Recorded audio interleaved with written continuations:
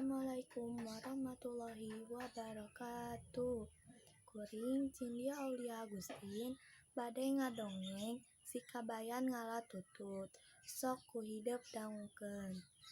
Tek ninina kabayan ulah hees beurang teuing eueuh pisan gawe sia mah ngala-ngala tutut atuh da ari nyatu mah kudu jeung lauk. Cek si kabayan kamana ngalana cek ninina kaditu ka sawah ranca nu loba mah sok di sawah nu meunang ngagaru. Neho si kabayan leumpang ka sawah nu meunang ngagaru. Di dinya katembong tututna loba lantaran caina herang jadi katembong kabeh. Tututna pating goletak tapi barang diteges-teges ku si kabayan katembong ka langkang langit. Dina cai manehna ngarasa leuwang neuleuh sawah sakitu jorona. Padahal mah teu aya sajengkal-sajengkal acan. Siga jero soteh ka langkang langit. Cek si kabayan dina jero pikirna, ambu-ambu ieu sawah jero kabina-bina caina. Kumaha ngalana eta tutut teh? Lamun nepi ka teu beunang aing era teuing ku nini. Tapi eta tutut teh sok dialaan ku jalma. Dek dileugeutan bae ku aing. Geus kitu mah si kabayan ngala leungeut. Barang geus dibeulitkeun kana nyere dijeujeran ku awi panjang sabab pikirna dek di kajauhan bae ngala tututna.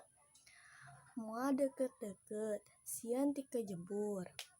Si kabayan ngadekul ngaleugeutan tutut meh sapoe jeput tapi teu aya bebeunanganna ngan ukur 1, 2 bae. Kitu oge lain beunang ku leungeut beunang soteh lantaran ku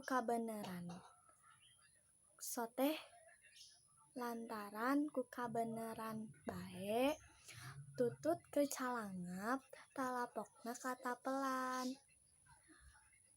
Ku leungeut tuluy nyakop jadi beunang. Lamun teu kitu mah moal bebeunangan pisan. Sabab ari di jero cai mah leungeut teh teu daekeun apel. Komo deui tutut mah aya leuleueuran di imah ku ninina di dagoan geus ngala salam sereh jeung koneng keur ngasakan tutut. Lantaran ambleung bae tuluy disusul ku ninina ka sawah ka sampak. Si kabayan keur ngaleugeutan tutut. Ceuk ninina, "Na kabayan, ngala tutut dileugeutan." Ceuk si kabayan, "Kumaha da sieun ti kejebur. Deuleuh tuh sakitu jorona nepi ka tembong langit." Ceuk ninina keheuleun. Si kabayan disuntrungkeun brus ancrup ka sawah. Ceuk si kabayan, "Hehe, ei dadeet. Mangga sakitu wae ti kuring.